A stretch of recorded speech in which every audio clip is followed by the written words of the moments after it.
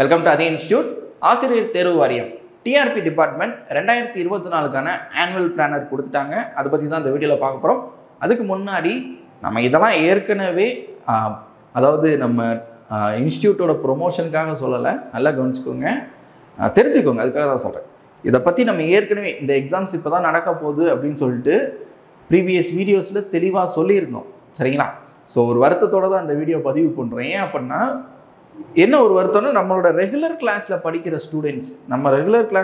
ஸ்டூடெண்ட்ஸுவே நீங்கள் படிங்க, இன்னைக்கு இந்த மந்தில் எக்ஸாம் வந்துடும் அப்படின்னு எவ்வளோ சொல்லி அவங்க கேட்கல. திரும்ப அவங்க வந்து நோட்டிஃபிகேஷன் வரட்டும், பிளானர் வரட்டும் அப்படின்ற மாதிரி அசால்ட்டாகவே இருந்தாங்க. இப்போ கஷ்டப்படுறாங்க. அதுக்காக தான் சொல்ல வரேன். நம்ம எப்பயுமே நம்ம வந்து இந்த ஃபீல்டில், அதாவது டீச்சர் எஜுகேஷன் டிபார்ட்மெண்ட், அதுவும் டெட் ஆரம்பிச்சதுலேருந்து இந்த ஃபீல்டில் என்ன நடக்குன்றதை மைனூட்டாக வாட்ச் பண்ணி நம்ம உங்களுக்கு சொல்கிறோம். ஏன்னா ஏப்ரலில் எக்ஸாம் நடந்தால் தான் ஜூனில் போஸ்டிங் போக முடியும். அதை தான் திரும்ப சொல்லியிருக்கேன், சரிங்களா? ஸோ இதை நான் ப்ரீவியஸ் வீடியோவில் சொல்லியிருக்கேன். பை ப்ரூஃப் அந்த வீடியோவோட உங்களுக்கு காமிக்கிறேன், எக்ஸ்பிளைன் பண்ணுறேன், டிஸ்கிரிப்ஷனில் பார்த்துக்கலாம். சரி, ரைட், பிளானரை பார்த்துடலாம் என்ன கொடுத்துருக்காங்கன்னு. அதாவது ஃபர்ஸ்ட் எடுத்தனையுமே பாருங்கள், டிஆர்பி டிபார்ட்மெண்ட் இந்த வருஷத்துக்கான planner. First exam second grade teacher view ஆகுதா எல்லாருக்குமே? ஃபர்ஸ்ட் எடுத்தனையுமே second grade teacher SGT exam எப்போ அப்படின்னா, ஜனவரி மந்த் நோட்டிஃபிகேஷன் கொடுக்கணும். ஜனவரி மந்த்ல என்னது நோட்டிஃபிகேஷன் வரணும்.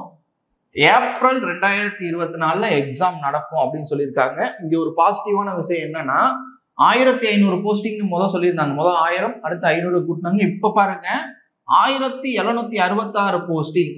நான் அதைத்தான் திரும்ப சொல்றேன், போஸ்டிங்கை நம்பி படிக்காதீங்க, இன்க்ரீஸ் ஆகிட்டே இருக்கும். இப்ப இந்த எக்ஸாம் வச்சு அடுத்த வருஷத்துக்கு இதே எக்ஸாம்ல பாஸ் ஆனவங்களை வச்சு வேலைக்கு போடலாம், புரியுதுங்களா? சொல்ல முடியாது. ஸோ அதனால போஸ்டிங் வச்சு எழுதக்கூடாது. ஓகே, ஸோ இதை பத்தி நான் டிசம்பர் 22 சரிங்களா, டிசம்பர் 22ஆம் தேதியே போன 2023 டிசம்பர் 22லயே என்ன சொல்லியிருந்தோம், ஏப்ரல் மந்த்ல எஸ்ஜிடி எக்ஸாம் நடக்கும் அப்படின்னு சொல்லிட்டு அதவே ஒரு வீடியோவா அப்படியே ஏப்ரல்ல எக்ஸாம் சொல்லிட்டு வீடியோ போட்டிருந்தோம். அந்த வீடியோக்கான லிங்க் டிஸ்கிரிப்ஷன்ல கொடுக்குறோம், பார்த்துக்கோங்க. ரைட், பாருங்க, எஸ்ஜிடி ஏப்ரல் 4 months இருக்கு. நோட்டிபிகேஷன் பொங்கலுக்குள்ள வந்துடும் சொல்லியிருக்கோம். ஸோ இப்பயே அதான் சொல்றோம், ஜனவரி சொல்லியிருக்காங்க, ரொம்ப நாள் இருக்காது.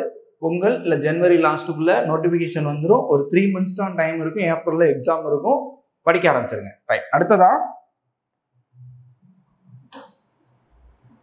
அசிஸ்டன்ட் ப்ரொஃபஸருக்கு கொடுத்துருக்காங்க, சரிங்களா? In government arts and science காலேஜஸ்ல பாருங்க, இது பிப்ரவரி 2024 நோட்டிபிகேஷன் கொடுத்து ஜூன் மந்த் எக்ஸாம் இருக்கும். 4000 போஸ்டிங் இருக்கு, சரிங்களா? ஓகே, ஸோ இதுக்கு என்ன சார் பண்ணணும் அப்படின்னா, நீங்க ஒரு மாஸ்டர் டிகிரி முடிச்சிருந்தா ஓகே, மாஸ்டர் டிகிரி முடிச்சுட்டு டைரக்டாவே உங்களுக்கு எக்ஸாம்ஸ் வைப்பாங்க. ஸோ அதுக்கான நோட்டிபிகேஷன்லேயே மென்ஷன் பண்ணி கொடுப்பாங்க. பிப்ரவரி மந்த் நமக்கு நோட்டிபிகேஷன் வந்துடும். ரைட், அடுத்தது டெட் எக்ஸாம். நல்லா புரிஞ்சுக்கோங்க, டெட்டு வருமா நிறைய பேர் டவுட்டோடய இருக்கீங்க. நான் ஏற்கனவே சொல்லிட்டேன், டெட்டு வந்து இயர்லி ஒன்ஸ் கண்டிப்பா நடக்கும். மிச்ச ஸ்டேட்லாம் வருஷத்துக்கு 2 தடவை நடத்துறாங்க, சரிங்களா? நம்ம ஸ்டேட்ல இயர்லி ஒன்ஸ். இதுக்கு முன்னாடி பிரச்சனையா இருந்துச்சு, அதனால நடத்தல. இப்ப இனிமேல் இயர்லி வருஷத்துக்கு ஒரு தடவை நடக்கும். எப்படி பிஎட் எக்ஸாம் நடக்குதோ, டீச்சர் ட்ரைனிங் எக்ஸாம் நடக்குதோ வருஷத்துல, அதே மாதிரி இனிமேல் டெட் எக்ஸாம் நடக்கும். ஸோ ஏப்ரல்ல நோட்டிபிகேஷன், இந்த இயர்ல ஏப்ரல்ல நோட்டிபிகேஷன், ஜூலைல எக்ஸாம். ஸோ இதையும் நல்லா புரிஞ்சுக்கோங்க. ஜனவரி 1ல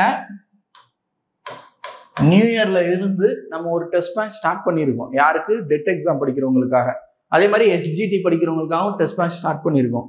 அந்த டெஸ்ட் பேட்ச் வீடியோல ஜூன் மந்த்ல எக்ஸாம் இருக்கும், கண்டிப்பா படிங்க அப்படின்னு சொல்லியிருப்போம். ஸோ அதுக்காக தான் நம்ம ரெகுலர்ல, ஏன்னா போன தடவை நிறைய பேர் டெட்ல ஃபெயில் ஆயிட்டீங்க. நம்மகிட்ட சில பேர் பார்டர்ல ஃபெயில் ஆயிருந்தாங்க, அவங்களாம் திரும்ப படிச்சுட்டு இருக்கீங்க.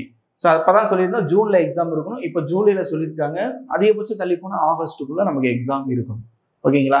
ஸோ டெட்டுன்றது பாஸ் பண்றதா இருந்தாலுமே நீங்க எப்ப இருந்து படிச்சாதான் பாஸ் பண்ண முடியும். ஓகே, அடுத்தது பிஜிடிஆர்பி பாருங்க, போஸ்ட் கிராஜுவேட் அசிஸ்டன்ஸ். போஸ்டிங் 200 தான் கொடுத்துருக்காங்க, இதை நம்பாதீங்க.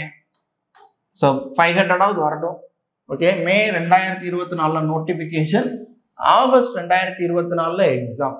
தெரியல, பிஜிடிஆர்பி அதாவது ஒரு மாஸ்டர் டிகிரி, எம்எஸ்சினா எம்எஸ்சி வித் பிஎட் முடிச்சவங்க எழுதக்கூடிய எக்ஸாம் டைரக்டா பிஜிடிஆர்பி. ரைட், அதே மாதிரி இந்த சீஃப் மினிஸ்டர் ரிசர்ச் ஃபெல்லோஷிப்காக எழுதக்கூடியது. ஸோ இது வந்து அந்தந்த ஸ்டூடெண்ட்ஸ் மட்டும் எழுதுறது, நமக்கு போஸ்டிங் மாதிரிலாம் இல்லை. 120 ஸ்காலர்ஷிப் மாதிரி கொடுப்பாங்க, சரிங்களா? அதுக்காக. ஓகே.